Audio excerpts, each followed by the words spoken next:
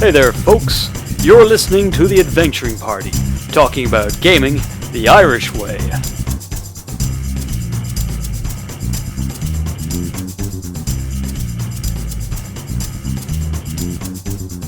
Welcome to the party. I'm Savage, and due to licensing restrictions and several ongoing court cases, I'm afraid I'm all you're getting this evening.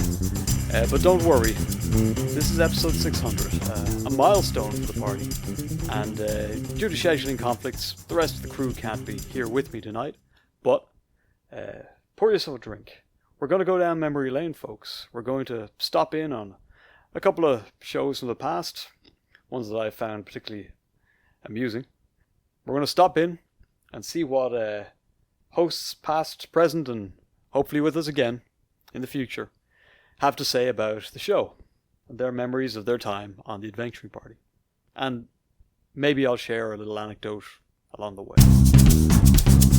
Anyways, the first thing I wanted to do was set a ground level. I mean, yes, we're a slick, multi-talented production these days, but it wasn't always the case. Used to be we had to go to some pretty weird places to find our talent. This episode I'm going to play a clip from is the earliest one we can find that is still available in our archives. It dates from February in 2009, and the party had just been to a convention in the south of Ireland, Cork, called Retcon, and they had a rather curious tale to tell about the after-hours activities of some of the party members and the kind of clientele they tended to attract. Here we go. I think it's Ushin's going to tell us this tale. For me, that was the highlight, and quite often is the highlight of WarpCon, is going down to a hostel in Cork with 60-odd gamers, and often staying up until 4 or more in the morning, playing board games, playing card games, playing drinking games, occasionally. The port and starboard drinking robo-rally game. That was a bad idea, really. But, speaking of bad ideas, I believe I saw you wandering around the con in pyjamas and a pit helmet. Okay, there was a reason for that. You see, last year, a couple of our guys, they went back to the hostel, put on their pyjamas and started playing games. Drinking port, playing games, that was fine. Someone takes a picture. Fine enough. Post it on the internet. Some guy decides to make this one of his favourites, leading to the discovery of what all his favourites were. All portly gentlemen wearing pyjamas. So, this was the discovery. This was the discovery of the pyjamas and port porn incident. There's a real number for that on the internet, isn't there? 54, isn't it? Yeah. If it exists, there's porn of it. Yeah, right. Yeah. So, portly gentlemen in pyjamas, it exists. It wasn't specifically portly gentlemen in pyjamas playing games, though, was it? Or was that a little too specific? No, that's a little too specific for this fellow anyway. So you decided to cash in on this porn industry, so you can afford it. You can afford to be in the bed and breakfast next year, maybe. Yeah, maybe. Can buy more games too. Yeah, so that was why we decided to just sort of take that to its logical conclusion. And clearly, logically, the conclusion was to wear pit helmets as well, smoke pipes, and make a calendar. No, we haven't made a calendar. That's a good idea. Unfortunately, the guys never did make that calendar, but I think that's something we can all be grateful for. That said, getting into your pajamas and doffing a pit helmet at your fellow adventurers became something of a tradition for a few years afterwards, when certain members of the community headed for Cork for a wild weekend of flannel fun. Later on in this episode, Ushin related another story about the sorts of shenanigans they used to get up to in the hostels after hours, particularly in relation to a game I fondly remember, the Titanic Titan, who, well, let's just say there's lots of ways to win. Let's see if you can guess who he's talking about here. Now, Titan is one of these old school games. It's been recently reissued, but it's an old school game where there's a lot of dice rolling, a lot of slow build-up of forces, and eventually sort of delivering coup de grace to your opponent. And the typical playing time is somewhere between 7 and 11 hours. Oh, nice. We got it done. Sounds like my kind of game. So, it's not the sort of game you play of an evening. You need to pretty much a wet weekend in with your mates or, a con day or something like that. But it's a good game. Just know what you're getting yourselves in for. One of the players maintains that he won the game because he was eliminated in 15 minutes and the rest of us spent 7.5 hours playing the game. The man makes a somewhat valid point. Well, that sounds like an excellent way to play, if I do say so myself. That was indeed your own good host, Savage, who managed to bow out in record time from what is, by all accounts, a truly epic game. Let's just say I'm here for a good time, not a long time. Anyways, that's enough of wandering down memory lane for the moment. Let's turn to someone else who was there for that faithful first, or early episode at least. That's one Liam. Liam was good enough to don his recording hat again and throw a few pearls of wisdom our way, a little reminiscing on his time with the party. Here we go. Take it away, Liam. Welcome to the party. I'm Liam. Savage has asked us to record a bunch of snippets. The most memorable things from recording for the last 600 episodes. And for me, why I've kept recording is it's fun. And nothing epitomised that for me as much as the fact that we were unable to record 5 seconds of silence for the longest time.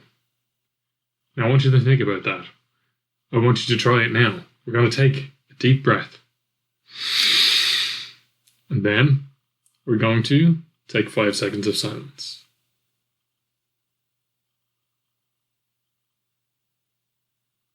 Okay, that didn't seem that hard. That was pretty trivial. Now, we're going to do it again. But this time, I'm going to say something ridiculous before we do. So, we're going to do 5 seconds of silence. Everybody, no sniggering, nothing. And while we're doing that, I want you to think about giant floppy donkey dicks.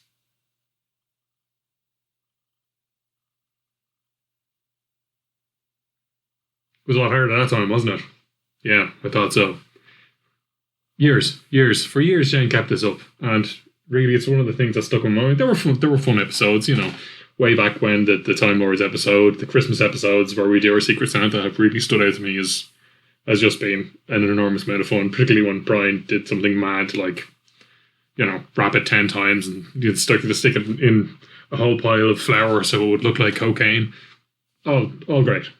And I've made a lot of friends and continue to have a lot of friends through the podcast. It's been great. But for me, yeah, trying to do 5 seconds of silence without laughing your ass off. That's been my favourite bit of the podcast. So, this is 600. Here's 100 to 600. Here's to you, Liam. I raise my glass. Liam's very much the Terry Wogan or Johnny Carson of the podcast. He's always got something to say. He's unflappable. He's never lost for words. Generally, you can look to him for a solid, considered opinion. In this next clip from May 2010, we can hear Liam, Killian, Shane, Humbug and Dizzy discussing how they put their dice to the test. Now, folks, you might think that the Adventuring Party has gotten into the realm of tough topics these days, but wait till you hear these boys go at it. Roll it. So they might want like red dice or blue dice or whatever. And well, that's reasonable. Matching up colours is fine, but then they're going to roll all their dice that are red and they're going to go, oh no, there's too many ones, and go back and find more red dice. And you're like, oh dear God. Yeah, that kind of low-level testing is craziness. You need thoroughness. You need thorough, exhausting tests. Okay, for a number to be statistically relevant, you need at least 100 dice or maybe even 1,000 dice. Are you telling me that the quick test I did before recording this episode is completely invalid? You, sir, go away. It's 4% valid or something, isn't it? No. The one commonly held perception people have is that dice of the same colour roll better. Yeah, I would never. I personally believe different odd dice roll better, and I've noticed this as I'm playing. Wait, are we talking just colour or size as well? Because rolling a big dice is small. Sizes I know you say you've got your limits wrong, too. Yeah. Different sizes is wrong, but yeah. Like a black dice and a red dice of the exact same size. And a little sample group. Did you manage 1,050 rolls there? No. No, not quite. Okay. I got 2 matching white dice, 2 matching blue dice, and I rolled them 20 times. Not much, not enough to draw a massive scientific conclusion from. Well, what were you trying for? Were you trying for high or low or middle or what? High. Are you sure? You were trying for that and not just rolling to see what came up? Really? No, it was whichever rolled highest. You shouldn't be trying for high or low. You should just roll the dice. No. No. You need to know which ones are more receptive. It depends on the game. In Axis and Allies, you want to be rolling ones. Actually, that's something. It's true. I know. We'll let the games are low, some games are high. My premise before rolling was to aim high. Yeah. Okay. And as it turns out, I rolled 20 times with the 2 white dice. I got a total of 140. I rolled 20 times with both blue dice. I got 136, and then I mixed the 2 sets up and rolled 145 with one of the blue and one of the whites, and 149 with the other white and blue. There you go. So Conclusive mixed up dice are better. Right. I just as something to contribute to this, I started to replicate his results before getting bored. So I only did one set of 20, but I got a total of 250. Holy crap. And I'm the unlucky one. So What kind of dice were you using there? 2 matched. Okay, now you see, it didn't matter Sorry, because our 2012 is 240. Yeah. So you rolled a good few 13s and 14s in there, did you? Or I just can't add. Then I'd say that's the likely one. Did you? I think I might know what you did. Did you add the columns twice? Because you wrote down the result of each dice and then the total. Did you add all 3 cheating's totals? perfectly legitimate. A further statistical complication requires that the people doing it can add and that their mojo doesn't blind them. Okay. Well, I've got my own statistical Science, survey right? from a few years back. Look at this. Oh my Are you saying that any test results on evolution from like the Methodist College of somewhere are completely invalid? Alright, I'm gonna have to... Look at that A4 page. So I used to work nights. show a photograph of this in today. I will. I'll take one now in a second. I used to work nights, so I had a D100, and there's at least 10 beside every number, so that's a good more than 1,000 rolls.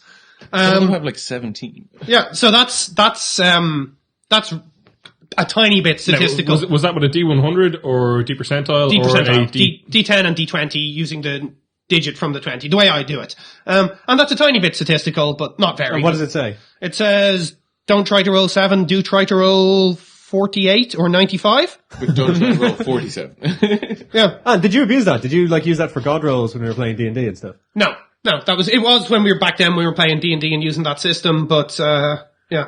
I've got a ton of stuff. I really must have spent a lot of time. Way too much time. There, and there's some more. Okay, there will be pictures of this up. Right, sorry Liam, you've been out crazy. This was a consistent, crazy span. But that is an interesting thing. If only you'd been in a jail cell in an asylum and it was all over the walls, that would be better. Well, I think it's fair to say there's nothing that will drive gamers quite as crazy as the fall of those ivory trinkets, our precious dice. No matter if we treat them like darlings, favourites, or punish them like errant miscreants, we live and die by the way they fall. Our next companion on this trip down memory lane is none other than Ice Cream Kean, who preceded me as a host, although we've known each other for many, many years, gamed together, drank together, gotten all sorts of trouble together. Here he is talking about his time in the party. I'll let him convey his feelings on the whole thing in his own inimitable style. And I'm Ice Cream. So, what do you say about the adventuring party? I don't know, but I've had a gin, and now I'm going to start talking, and we'll see what comes out. I joined the adventuring party, long before you were born. And the reason I joined was because Liam and Humbug sent out a request for hosts to the Irish Gaming Association. That towering ebony edifice of villainy, the IGA.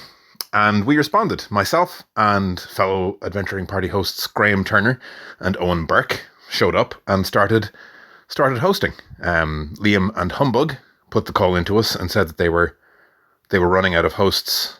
I guess too many hosts had been devoured whole by Humbug, who unhinged his jaw and swallowed them in one go like a horrifying demonic snake. But whatever the reason, they needed more meat for the grinder, so the three of us volunteered. And the adventuring party became really a terribly positive influence in my life at that point.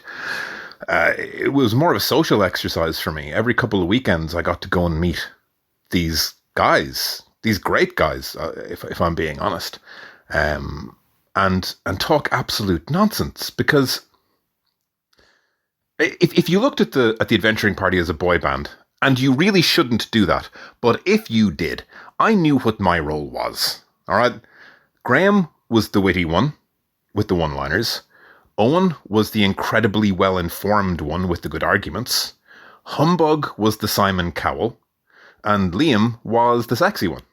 And I was the useful idiot. If I had to put a phrase on it, I would say I was the useful idiot. I would ask ridiculous questions and say stupid things, and I wonder if it was annoying to be a co-host with me, because I mean, you know, the guys would come in, and quite often, especially Humbug and Owen, would have done a lot of research, and they'd have notes, and they'd know exactly what we were talking about, and I'd swan in late and hungover and have no idea what we were talking about, and I'd say stupid things and ask silly questions. And on one occasion, I just stood up in the middle of a recording and walked out of the room because I thought it was funny, and I just left them to it. So it must have been aggravating to be stuck around the recording table with me. I remember on one occasion when we did the Adventuring Party, panel. We did a live recording at Retcon, I think, one of the big anime conventions. It was in Croke Park that year. And I was so hungover that I had to take a bunch of Nurofen Plus, and I spent the entire recording lying down on a row of chairs. And they just had to set the microphone up pointing at my mouth so I could blabber hungover rubbish into the Adventuring Party engine. So that was fun.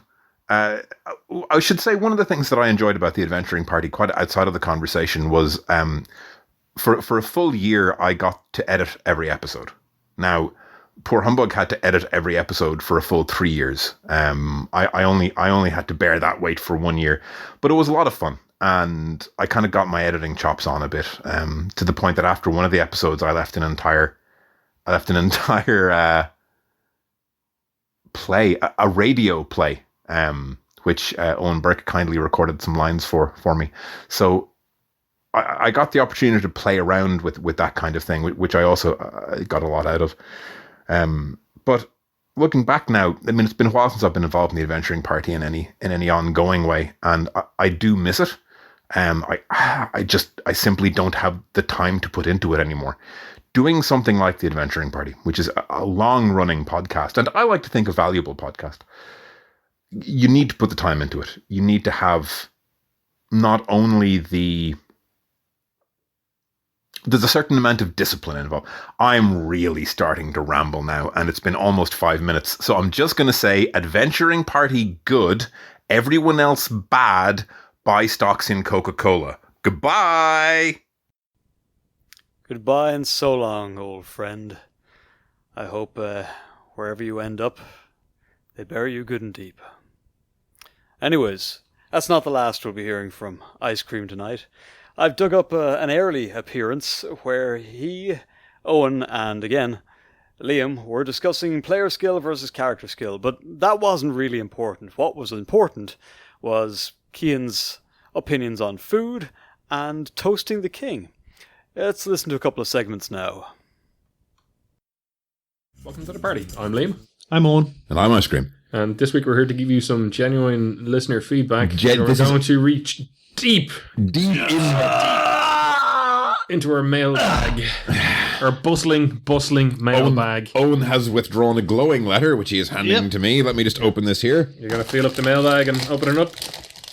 There we go. It was in a plastic envelope. Actually, give us one of those chocolate digestives. Yeah, all right. It is a superior biscuit. I don't know why you don't really need to go any higher than chocolate digestive. It's got everything you need. It's got the biscuit. It's got the chocolate. So I was listening to your last con review, and I feel that I as Cian should strain here that I am not the one who wrote this. You're not the I. I am not the I in this. This is a genuine. You're purely narrating. I am purely narrating. This is a genuine reader question. Make it clear. Non-fictional. Don't do it. in your smooth caramel baritone. What accent would you like? Scotch, right? Aye. No, I'm not. I can't. This question is too long. It'll be going on too long. And our Scottish listeners might get offended and make me eat Scottish food, which is a fate worse than death. It's just normal food, but deep fried. Well, I can tell you, in that particular example, one of the two players was me. Yeah. And myself and the other both went, trivia time! Lay it on us! Yeah! And he asked questions so punishingly difficult. It was like the specialist knowledge questions on Mastermind. Oh no, he gave us a week to answer them when we were allowed to use the internet. Oh wow, okay. And it was brutal. Oh, those questions were just really nasty. And I ended up reading historical journals written by English officers in the 18th century to try and find some of the answers to those. Still didn't get that one. That question, actually, I'm going to run this one by you real quick. That question was, I'll probably get some of the details wrong here, but who cares? Historical accuracy. Why in the English Navy, why is water not allowed on the table when you're toasting the king's health? Don't know. Because of King James. Drowned? Crypto Jacobites, when people were toasting the king, they would say, to the king! And they would toast with their glass over something with water in it, and it was the king over the water. So they banned water from the officers' mess table, so people couldn't secretly toast the wrong king. That sounds ridiculously silly. Yes. Look, everyone was wearing poofy hats and poofy shirts, and it was a silly time. Yes, it was a silly place. It was indeed a silly time, a silly place. That was back May 2014. That was Ice Cream, who hopefully we'll see around these parts again. Next up is a man who probably needs very little introduction, except to say that he preceded me onto the party as a host by a few scant months, and has lorded it over me ever since, bullying me in almost every episode we've appeared in together. I am, of course, talking about the intimidating Scar, better known to some of you as Shane Carr. Shane is a stalwart companion on our journey on our partying as we head into the next 600 episodes. I'm going to hand over to him now, so sit back, fix another drink, I know I'm going to, and prepare to hear what this tyrant of the airwaves has to say for himself. Shane, over to you. Hi all, Shane here, the new Shane. The Barbarian King Scar, aka Race. Don't ask me to explain that. So, it's hard to believe that it's been less than 2 years since I joined the podcast. This used to be my go-to, I need some Irish gaming podcast, and it was always a little bit surreal when I finally got called up to fill the ranks. And start, adding to the discourse, such as it is, even though, 90% of our listeners are Americans who just like our funny accents. But yeah, it's a cool thing to see it get to this kind of milestone, and I'm glad to have helped to get it there, especially the last year or so. I think for me, I define it mostly by the standard episodes, the ones that I still feel compelled to listen to again when I'm thinking about a specific problem in DMing and when I'm GMing or playing. I still feel compelled to go back to the adventure party and listen and see their takes on the problems. And if it was about agreeing with the adventure party, there had never been a single episode this damn show made. So it's not about agreeing with this at all, but it is always nice to get the juices flowing. I think for me, the major episodes that I consider my favorites, one would be the interview with Gar Hanrahan about the Dracula dossier, mainly just because it's just a very it's an informative episode, and it's talking about an interesting product and all that. But I think for me, it's just the level of banter to it. I know it's just a really easy listen, and it's a bit of fun. I don't know. I've always liked it for that. So that's one. If you want to listen to people speak strongly about things, I can always recommend the 2014 player skill versus character skill episode. That's a bit of a lark. But the one I think I'm most proud of for inspiring, I was the GM who watched the inciting incident, take flame and immolate half my campaign, is the Paladin problem episode. Pride is probably the wrong word for what I feel. Listening to Puroshin speak out against the problem, the Paladin calves, and how it could be fixed while Ice Cream tries to drag him down, and Liam tries to be a fruitless and useless neutral. That's always a fun one. Apart from that, well, I should probably mention the episodes that I'm most proud to have actually taken part in.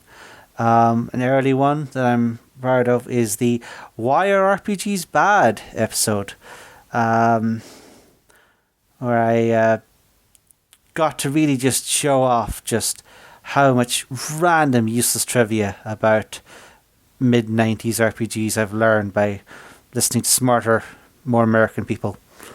So that's a fun one. And then, of course, there's the wonderful 3-part series, Player Pitfalls and GM Crimes. Which, to be fair, I can hardly take that much credit for. I provided some talking points, and one Mick Fitzpatrick, cursed be his name, ran with it and gave us, good solid 2 hours of ribaldry and warm to flaming takes. But yeah, that's a fun one. I'm glad I got those 3 episodes. I'm a big fan of the Downtimes episode that we did last year, but almost exactly 1 year ago as I speak this. The just talking about, because it's part of the discourse that I think gets overlooked. We don't have as many LARPers in the party as we used to. They're in what we call the after party. Of course, we're going to keep the joke going. But yeah, it's the interesting interplay between when you cut out all of the table banter and abstraction stuff, the universal question of, well, what is my character doing when he's not stabbing goblins? I think it's one that's worth going over again, just thinking about it a bit more in a lot of games. But that episode I'm pretty proud of. And of course, to be honest, the most proud of is the recent interview we did with Kat Tobin, because I got to interact with a wonderful lady who is doing amazing work in the actual industry, actually making the games and causing to be the fantastic work that fills our lives with joy. And I'm glad I was able to impress her with my overly elaborate list of questions. But yeah, those are, I think, my touchstones for why we've been around for 600 episodes and why we continue to make them every week, barring an occasional Christmas Day bender that leaves a worrying gap in our schedule. But yeah, I think those are the episodes that really make me feel like this is worth doing.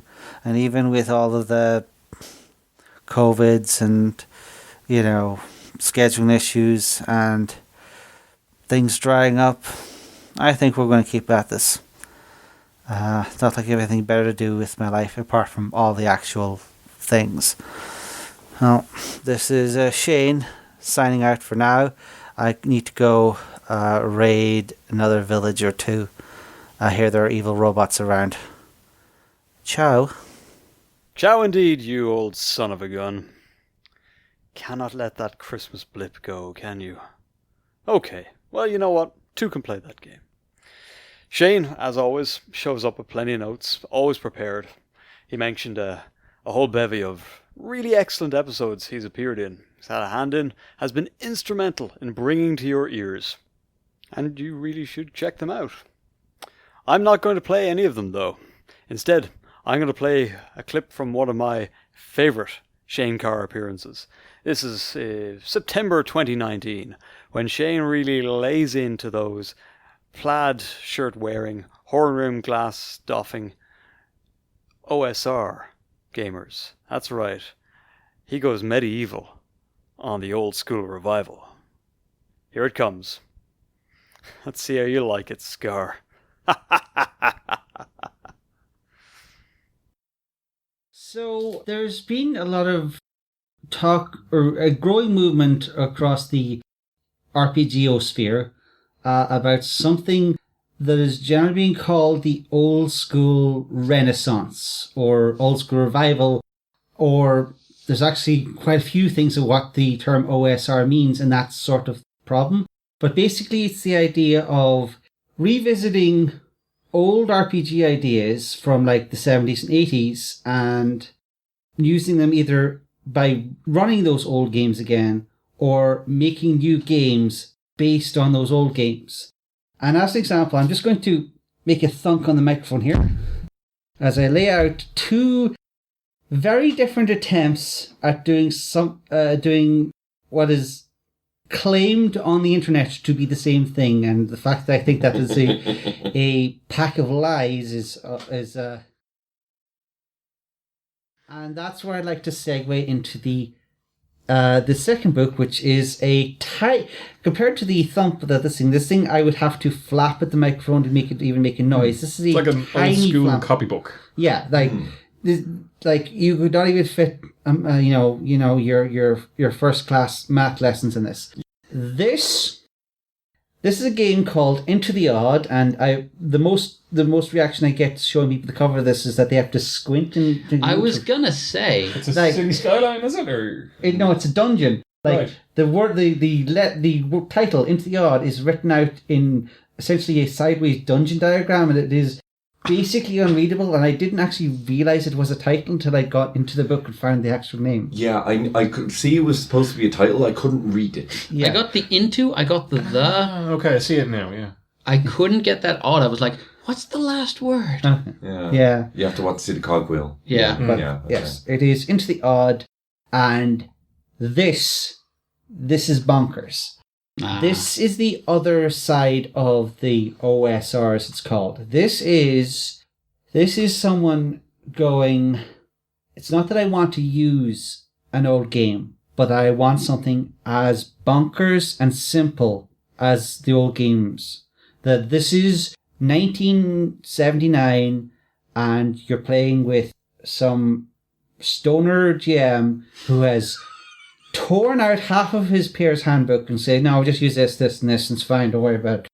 And we're going to go into this dungeon I threw together in 5 minutes, and Beckett, there's... I don't know, Becket's probably PG-13. Yeah, but yeah, so it's just like, we have a couple of hours, there's 4 of us at the table, plus a GM who doesn't give much of a monkeys.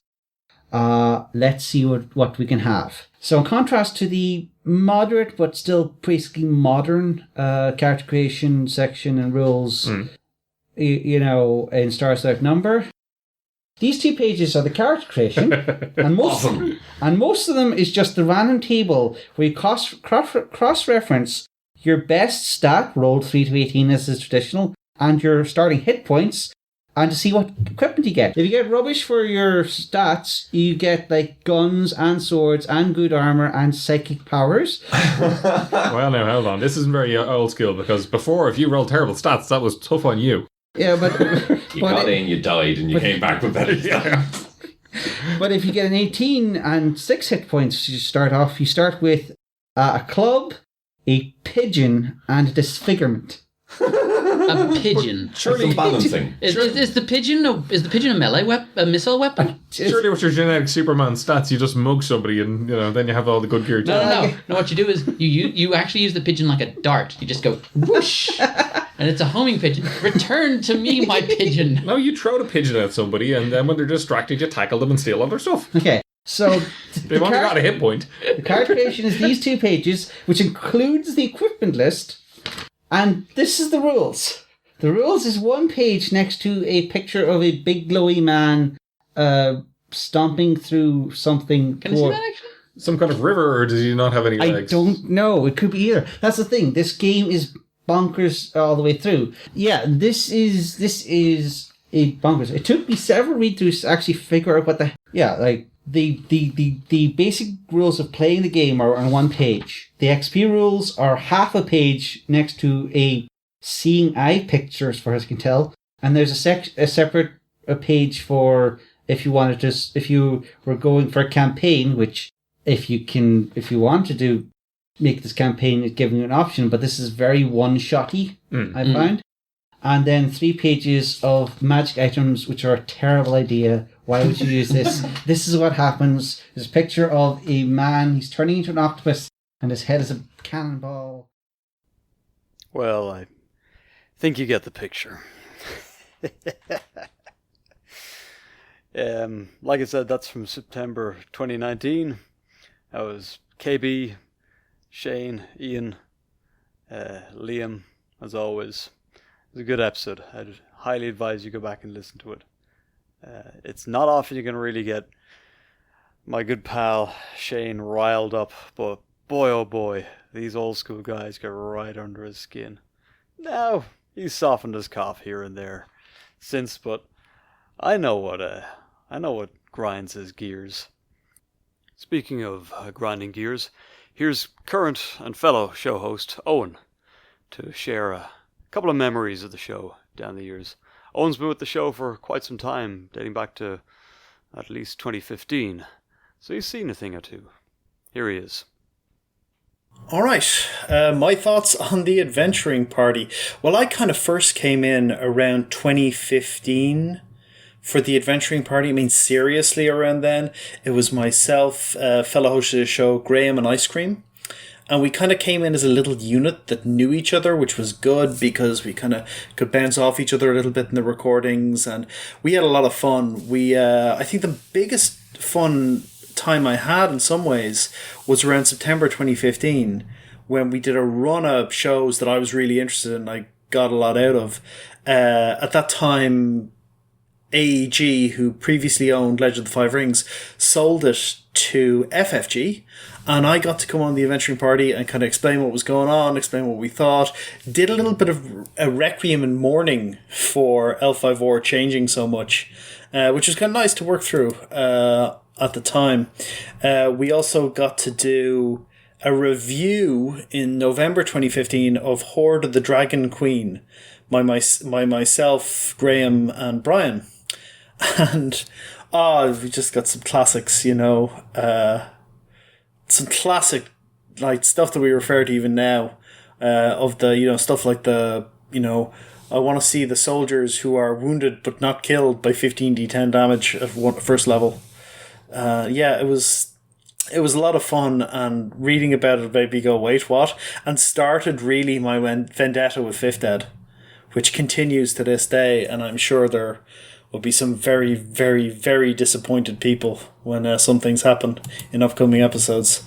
We also had my kind of an episode where I got to talk a huge amount, where they asked us about how to survive Gen Con. And I went through all of the Gen Con stuff that I did and how I did it, and a little bit about how it costs, how I saved money and so on. I'm looking back through some of the notes here, and I was talking about Conan Rise of Monsters, which still has the best acronym ever in Crom. And sadly, that game never made it. They tried 2 Kickstarters, and it just didn't fund to the level that was required, and they basically stuck it in the back burner. They took out all the files off Drive-Thru RPG, and it's gone now. So hopefully to return one day. And yeah, my infinite carrying of weight back. Oh yeah, and then the classic end sting that host of the show Cian did up for the Fabrapulous Journodicies of Professor Horatio Q. Burke, which we wrote like a 2-minute radio play about and recorded some of it. That was a lot of fun. We've had a lot of fun going. I've never failed to take an opportunity to dunk on White Wolf and bad game mechanics in general. So I've really enjoyed it being that kind of person. Sometimes a little bit provocative on the show to go, yeah, this is okay, I'm going to stir stuff up a little. I know I had a lasting influence, and I said when we were doing discussion episodes, I said we have to stop starting with the actual answer, which is usually have an adult conversation with your players. So I suggested in those episodes we come up with unreasonable or slightly silly solutions first, and then we get to the sensible one at the end. Because we were having this problem when we would go, how do I resolve this problem of my player being annoyed at me that I killed his character? And I'm like, well, have an adult conversation with your player. When we could go, no, we have to start with stuff like, well, you should, cut that person out of your life. You don't need that kind of negativity there. Come up with kind of slightly silly solutions that would become rapidly obvious they were silly as we discussed them. Also for my enduring love of mechanics and being able to shill for good mechanical RPGs at every opportunity. So yeah, it's been a lot of fun. I've had I think I'm involved 5 years now. I've been having a really good time. So yeah, it's been great, everybody. Thanks for listening, and thanks for putting up with my various deranged rants. So cheers. Well, Owen, with high quality ranting like yours, we're never stuck for a hot take or a firm opinion on almost anything to do with Irish gaming. Owen is a venerable encyclopedia of knowledge about companies, systems, personalities, and we're very glad to have him on the show. His own personality stands out, especially in this radio play segment that he mentioned. Here it is.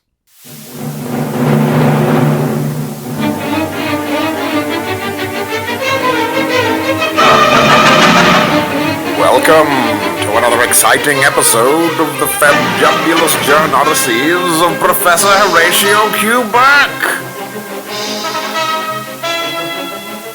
Listen, begorra, Professor, but we can't make the Kilkee run in under 12 hours without driving through the Galway DMZ, and that's controlled by the Corofin cannibal cult. Stuff and nonsense, Pusey. Those cultists will flee at the first taste of their component molecules being sheared. Now, hand me my phlogistomic deatomizer. Bedad, Professor, sure aren't you after doing it again? Be sure to tune in again next week for more thrilling adventures from the fabulous Journodicies of Professor Horatio Q. Burke.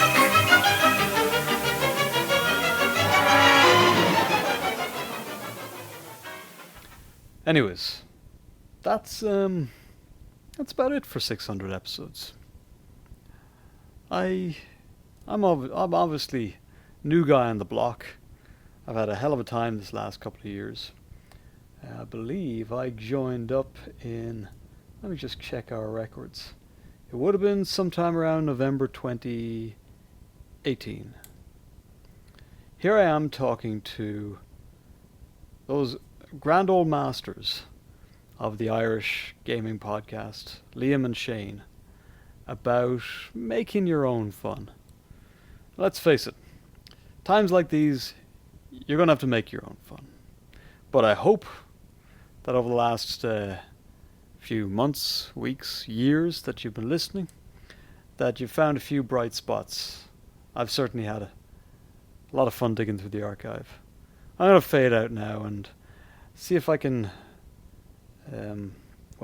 explain myself what I mean by collaborative or conspiratorial making your own fun. Here we go. So what about when two players collude to have fun while playing? which I've done and I've seen. I'm not that proud. I'll admit it. What does this look like? What does this look like? The real world example is probably that old GW game Talisman. Yeah. Which I deplore. It's basically dressed up Monopoly as far as I'm concerned. It's Ludo. That's where your wizards just even wandering around in circles. Yeah. So this is every turn you have this decision to make in Ludo. Yeah. Not Ludo, sorry, in Talisman. Roll a dice. That sounds and like you can Ludo. go left or right. That sounds like that number of squares. Okay. Yeah, it's Ludo. That's all of the it's decision making. So there you go. And some people love it. I mean, there's expansions coming out. It's ears. People lap never it up. understood it. People whose opinions I respect on board games. I guess it's sort of like mac and cheese for them. It's a great sort of thing to just play. It's got some really nice visual design. Really nice visual design. And some of the flavor text on all of the cards is really good. It's fun turning cards out of the deck, yeah. And I suppose it's a good example of a game you play to have fun, because who the hell cares if you win at Ludo? But in the case of this game, I was playing it, and myself and another player just basically started a grudge match where we didn't really care what was going on. We simply, worked hard to steal each other's stuff, get in fights, built up a sort of mythology around our various interactions. Talisman, you need it. Yeah, and that was some people are happy with that game and to play that game, but certainly with me, I played it and went, what's going on here? Like, why are people enjoying this? Like, it's nothing. There's no thought in this. Bad example of a game. So, Twilight Imperium, two players decide to start an interstellar romance across the eons. And everyone else is just sitting there going, this is weird. You're in opposite corners of the board. You're going to need to meet in Mechatol Rex. Well, I guess with Twilight Imperium again. Okay, well that really is it. Drink up, turn the lights out, go home. We're done. 600 episodes. We've had a few laughs. I've knocked back a few whiskies, searched on the doobly-doo for a few choice bits, but I hope you can appreciate that there's so much more in the archives, if you're willing to go digging. However, as I always like to say, our brightest days are ahead of us, because we can't dig through this crap forever, right? Anyway, I'm going to put my feet up now, hit upload, and see what happens tomorrow. But for now, after 600 episodes, and let's say we probably have a few more in the tank, this is Savage signing off. Because this party's over. Thank you for joining us for another episode of The Adventuring Party. We hope you enjoyed it. If you have anything you'd like to comment on, you can drop us a voicemail on SpeakPipe. If you want to interact with the show hosts, past and present, talk about the latest episode or any of the back catalogue, or join in some of the activities we run there, then be sure to drop in our Discord server. There you'll find us nearly every day cooking up new ideas for the show, and we'd love to hear from you. You can send us an email, party@theadventuringparty.net, or find us on Facebook and Twitter. Hit us up with a like there, or a follow. The Adventuring Party is released under Creative Commons Attribution, Non-Commercial, Share-alike, version 3 license. It's been 600 great episodes, folks. We hope you'll stick around for 600 more. I've been your host, Savage. Thank you, and good night.